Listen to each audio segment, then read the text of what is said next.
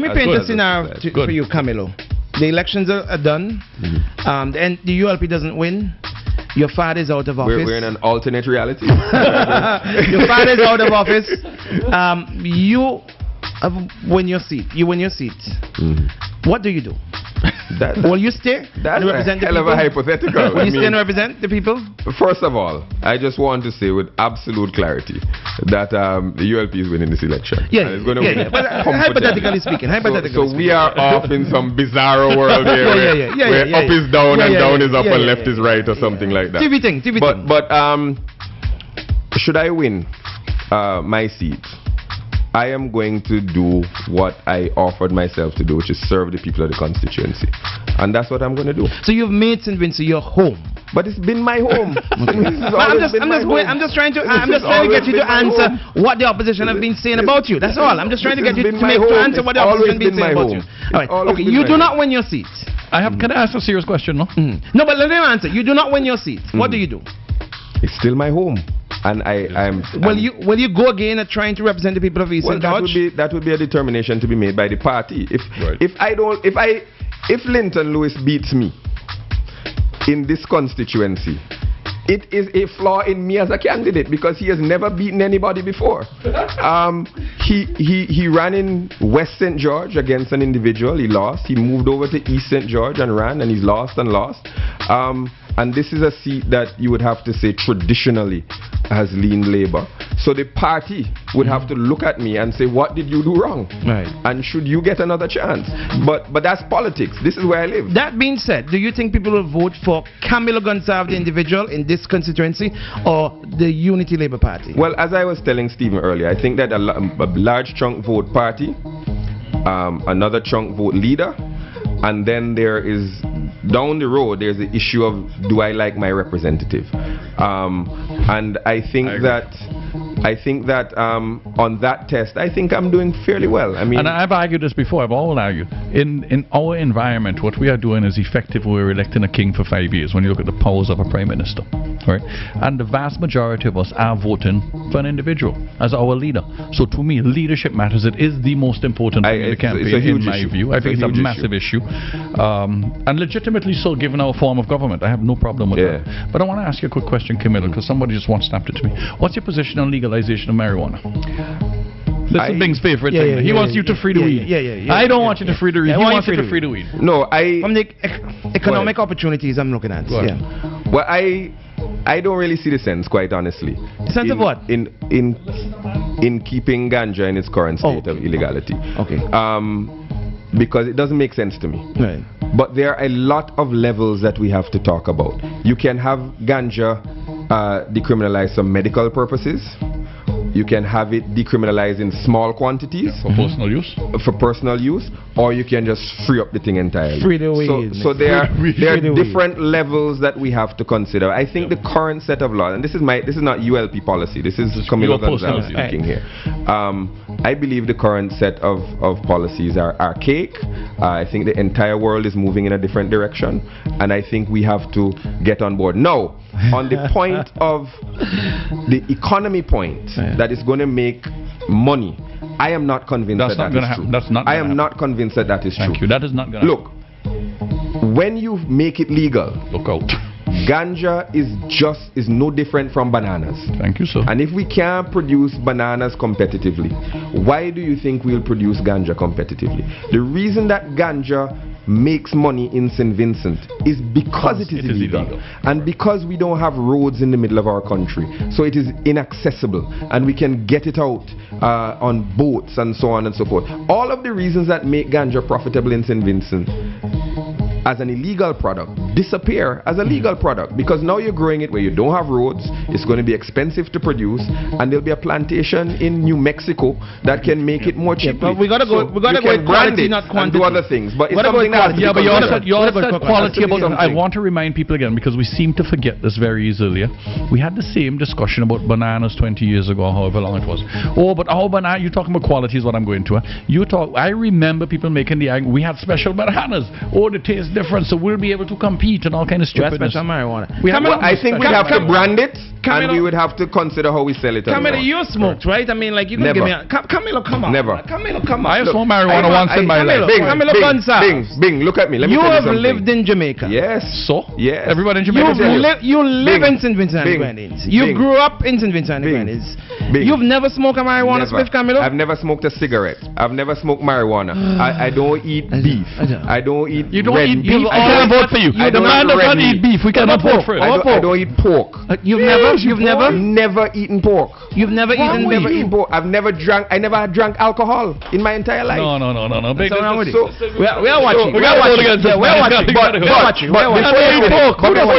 We're watching. I don't think that somebody smoking a spliff it's never been an issue for me. Camalo Gonsalves, I do not believe that you've never smoked marijuana. Do you believe that I've never had an alcoholic beverage? Never in your life? Never. No, I don't believe. But it's true. Do you believe that I've never eaten pork? No. But it's true. Why so not? The What's fact wrong with pork? What do you have against pork? I don't have anything against it. I grew up in a household where it wasn't made. It just wasn't made. My mother didn't cook it. The first time I met you, Camilo, you had the Jamaican colors all over you. Yes. You still do. You still walk around with these things around your neck back to Jamaica and Africa. Ethiopia, wherever. You still make the linkage between Bob Marley and these places. Hey, what's up? I'm here listening Camilo songs just like his father. How do you think, is that a compliment to you? Similar voice. I think sound just like voice his father. About, yeah. Campaign series brings Sharer. I need to know. Sharer. Yeah, Strip it man who jump up on the back of Ben. No, Ben jump up on his back. So you don't respond to that. Yeah. Does the man, persons are subjected to the democratic process unless your name is a Gonsalves. But that goes right back to my thing. If I help you, hold on. Is he not going to before I am going process to the democratic process. I mean, the people are going to vote me in or out. Whether they like you or not. So I mean, that disproves that argument right there. Here's an interesting one. What the hell? All that's a big lie. He never drink alcohol. Lord help us. He never smoked cigarette. Lord help us. He never smoked ganja. Lord help us. You want to respond to that? I mean, it is what it is. It's not something that I go around and say that anything. It's just what I eat. Leadership is only relevant if the Prime Minister can respect and protect all of the people as enshrined in the Constitution of SEG5. That's why leadership is Ralph more does important. not. What do you think? That's a WhatsApp message. Ralph does not what? Yeah, does not protect the what is enshrined and all that in the Constitution. But I think that Ralph has been more faithful to the Constitution than any other Prime Minister in this country in the history. I think he's honored the laws of this country very well. Obviously, there are always things on the margin that you say people could do better or faster or different. But I think this government has been a government of laws. Okay.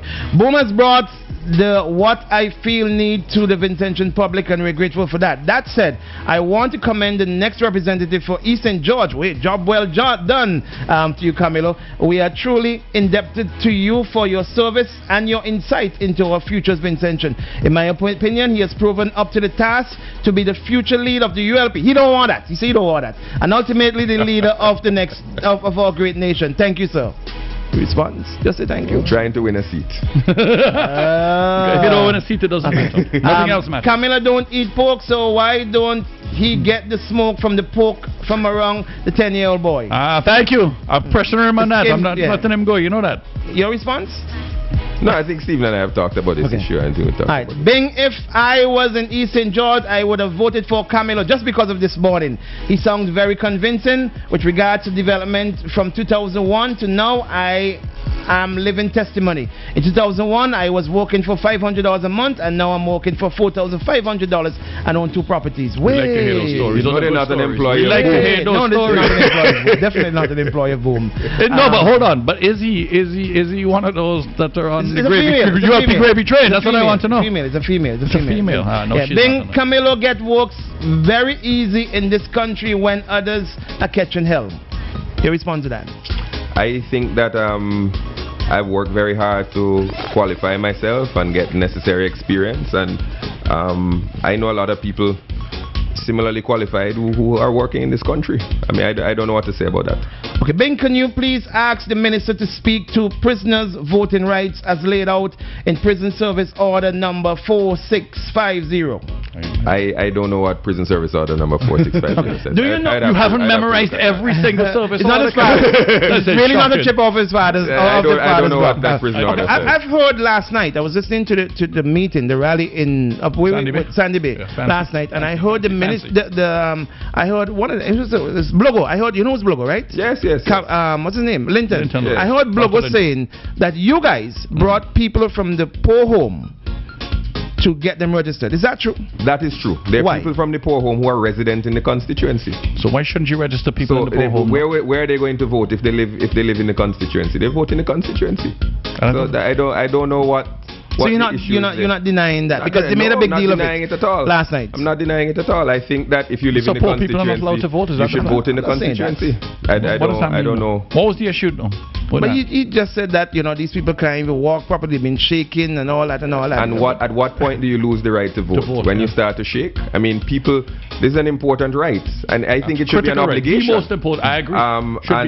As in Australia, there are countries around the world where you have to vote. There's legal penalty if you don't. Absolutely. These people, you have an old person who is shaking and all the rest of it. Would you want them to go across the country to vote somewhere where they used to live 10 or 20 years ago? If they live in the constituency, they vote in the constituency. So you're going to register all the people in that area? There are people who. Some people don't want to vote. There's some people who feel a tie to wherever they came from, and they say, listen man, I want to go back home and vote in my village. But if there are people who are living in the constituency and have been living in the constituency who want to vote in the constituency, I'm not sure what the issue is there. Yeah, I agree with that. I didn't hear what Dr. Lewis said. So we don't I don't want to comment on what he said. But people who live in the constituency should vote in the constituency. Okay, here's an interesting one. What I'm most impressed with is Camilo's dignified communication skills. You want to respond? Thank you. Okay. Camilo, if you were to become the next prime minister of this country, this is me. Next prime minister is Ralph. Yeah. So for me to become the next prime minister, you'd have to kill Ralph Gonsalves. No, and we don't want to. I can't go down this road. Okay, in cabinet, will you put a vote to continue with Sir Vincent Beach sitting on 1 million votes? Sir Vincent Beach has indicated. Will you vote for that? Sir Vincent Beach has indicated his desire to step back and to retire from a lot of the things that he's doing now. And we hope several in the ULP will also do that. So I think that's a moot point. But I think that Sir Vincent Beach has brought tremendous value and experience to the work that he's done. And people, I don't know if people are hung up on the age or what have you, but Sir Vincent Beach, at whatever his age now, is more vibrant and active and engaged than a lot of people. In this country, and I for one have really benefited from his experience. Yeah, because he gave up the seat so that your father could run, so that you can be here, and all you can come in. That's a real complicated process. Good morning to the Boom family. I can sit here and listen to you guys all day. Camilla Polk eats sweet. You ain't know what you're missing. Love from Bev Outer Chateau. I love to hear Camilo speak. He sounds just like his father. Oh God, no. He sounds much better than his father. Don't tell him that. We're wrong. There's somebody saying best campaign series to date. Fantastic job, Camilo. You've handled these guys well. Good morning, Bing. If you are the son or daughter of a prime minister, you are not entitled to work and eat. See, we make that point all the time. Should you not be entitled to work? I do not want my son being judged because of who I am. I want him to be judged on his own merits, and that is why, if even I hated Camilo, right, I would be saying, let's judge him on his merits, not on who his father happens to be. That's just stupid. That's what I support. You can't do that, man. That's not right. Bing, don't beat up on the man. My brother grew up in Old Montrose and never smoked weed, cigarettes, and never drank alcohol. Thank you. Sound hard to believe, but it's true. No, some people do that. I know some people who've done that too. I don't trust anybody who don't drink. I don't trust nobody. You don't drink? What are you talking about? Well, not like that. You don't drink. You do not drink. But I don't trust anybody who don't eat pork. I'm in agreement with that one. I am in agreement. That pork thing is. I lost myself on pork. No, you gotta eat pork. You gotta eat pork. Being them poor people hardly can move their hands. So who's gonna be in the booth to vote for them? It's not the hand that makes; it's their brain. Right? No, there's a process for people who are informed, for the blind, for the disabled, and so on. There's a process in place for people to record, as long as you can record their will. The more question, right? And I have an issue with this. Why should Nigerian students, and I know it's legal, But I disagree with it 100%. Nigerian students in this country who are here for a short term as students should not be allowed to vote. They have no vested interest in the outcome of an election in our country, and I do not think they should be allowed to vote. What's your view? My view is that it's a law. The law says that Commonwealth citizens who have been here for 6 months can register and vote. I understand that.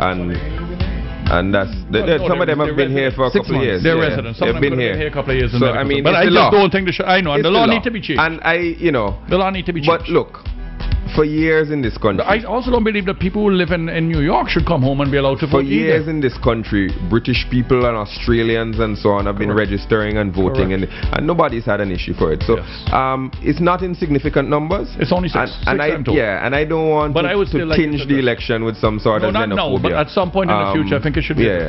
Someone is saying, I have the biggest smile on my face this morning. Good morning, Camilo. Once you get through those guys, you can handle anything. You have been doing a fantastic job on your own. Imagine when you get elected East St. George, you're large. Well, let's just end the show now before I throw up at the end. You mess up anymore. I got to get to it. We got to wrap this up. Camilo, I'm going to give you your final 2 minutes to speak to your constituents. To be, if you think, that's not an endorsement, okay? I heard all the caveats. That's Stephen. Stephen, you can let him go. I have not made any. I have made it quite clear to everyone that I think that Camilo, in both parties, I don't see any person in his age group or whatever in any of the two parties. I know he's not allowed to agree with me. Ralph is not allowed to agree with me, but he's the best qualified. He has some brain power, and I think that this is a man for the future. But you take Ralph Gonsalves. This is a man who's 40-something years old. This is not. We're not talking about people who are 70 and all things. At some point, we need to know when to go home. At some point, I've told Ralph the same thing too. Ralph needs to go home. If he's around in 2020, I'm going to campaign against him. Time to go home. You've had enough. Sorry. So you definitely think that he's Prime Minister material? Absolutely. But Camilo, no doubts about it. None. Do you if not, we will cost him and bring him. Considering everything in place, is this something that you will seriously look at? I want to be represented. No. Considering you are nothing I have ever done. In nothing have I ever done have I put the cart before the horse in that. But let's when I was doing my bachelor's, I wasn't imagining my master's. When I was Camalo Gonsalves, let's just imagine that you are the representative for East St. George. Yes. Will you in the future? I can't answer that, Bing. Honestly, I can't answer that question. What are the factors that need to be in place for you to think about that? I am 2 weeks away from an election, the first election of my life, to represent the people of East St. George, the largest constituency in the country. A good strategy can be, Stephen. Look, you're possibly voting for the next Prime Minister. But everybody already knows that, Bingson. But Bing, all of us know that already. I have also made a policy of not going around making promises that I can't fulfill. I make promises that I can, that within my area of control, or things that I believe. Finally, give me your next prediction. Give me your prediction of way this election. I know you're going to say your party will win, but give me your prediction in terms of seats and all that. How many seats do you think you will win? I don't have a number. I think we're going to win quite comfortably. I don't think that any of the 8 seats that we have we're going to lose. I think we're going to hold those 8, and I think that if are you concerned about any of those 8? He won't say. Okay, he's a politician. He won't say. The polls are to be believed. We've done a lot of polling. Because you can always meet anybody anywhere to say the election is going to go in any direction. Everybody will have different but what has been interesting to me in this campaign is that ordinarily at this point in a party's life, there's a swing against the party. Natural, perfectly natural. And ordinarily in St. Vincent and the Grenadines, after there's a 1-seat majority, if you look back historically, the incumbent government gets blown out in the next election. That is clearly not happening in this election. Nobody can say that this election is going to be a blowout, even NDP people, because the swing that ordinarily sets in has not set in this time. It has not set in, and in fact the polls that we have seen indicate that the swing, if any, is coming our way, and the slightest swing a few percentage can turn seats in this country. So I believe that we're going to hold what we have, and we're going to pick up additional. Camilo, how can you do better at getting more inclusive and getting more people more involved? Because I happen to think that your party have done a terrible job when it comes to getting people more inclusive, right? And I'm sure, I've made it very clear, if the NDP happen to win this election, every single ULP person who are political appointees will be gotten rid of. I have no doubt. But when do we begin to change that and put people who are most competent in positions instead of what we do now? Well, like Stephen Joachim. Like me? I'm saying that. I think that we have to. I'm not conceding that point. I think that I wouldn't expect you to. That there are a lot of very qualified people in jobs, but I think that what we have to do is reduce the tribalism in the day-to-day level of politics.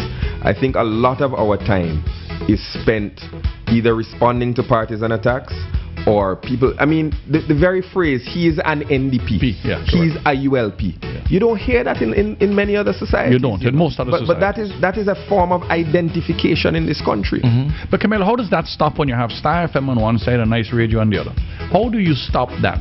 I think a lot of it. It's scary now. I think a lot of it is generational, because I think that young people are not interested in the level of tribalism that we have. When I talk to young people, they either say that they're turned off by politics or that they're not interested in that type of politics. So I think some of it is generational. You hope that as we get older, we don't fall into some of the things. But I think that our democracy is maturing, and that takes time. And I think as our democracy matures, do you have any concerns about violence in the last couple of weeks? Do you have any issues or I am a little worried. Behavior? I mean, what I saw at the top of Sion Hill causes me to think twice. And I mean, before I come off, I really want to urge both sides to understand that this is a political process. Everybody has a right to make their choice, and people shouldn't be demonized or persecuted or attacked or anything like that for the choice you make. Of course, I hope everybody chooses the ULP, but that's not going to happen. What's the one quality you admire most about your opponent? You must have one. The quality that I admire most about Dr. Lewis? Yeah, Blogo. That he's accomplished a lot personally. He's done a lot of. He has a good resume. He's accomplished a lot of things, and by the dint of his own hard work. What don't you like about him? Oh gosh, I don't wanna. one. Come on, one.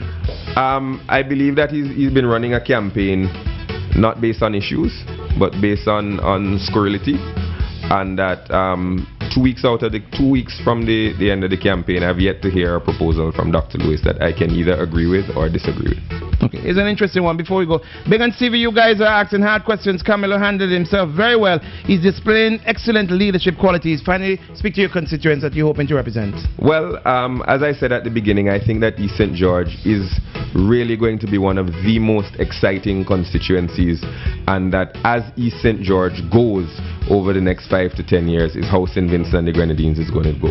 We are best positioned as a constituency to take this country forward. We are best positioned to be a good place to live and to work and to enjoy yourself. And I think that you need a representative who can take advantage of all of the natural gifts of the constituency, all of the natural opportunities that are going to be available in the constituency, and drive change and drive development. And I really think that I could be that person. Tomorrow morning we have the Honorable Daniel Cummins comes in tomorrow. Yes, don't judge.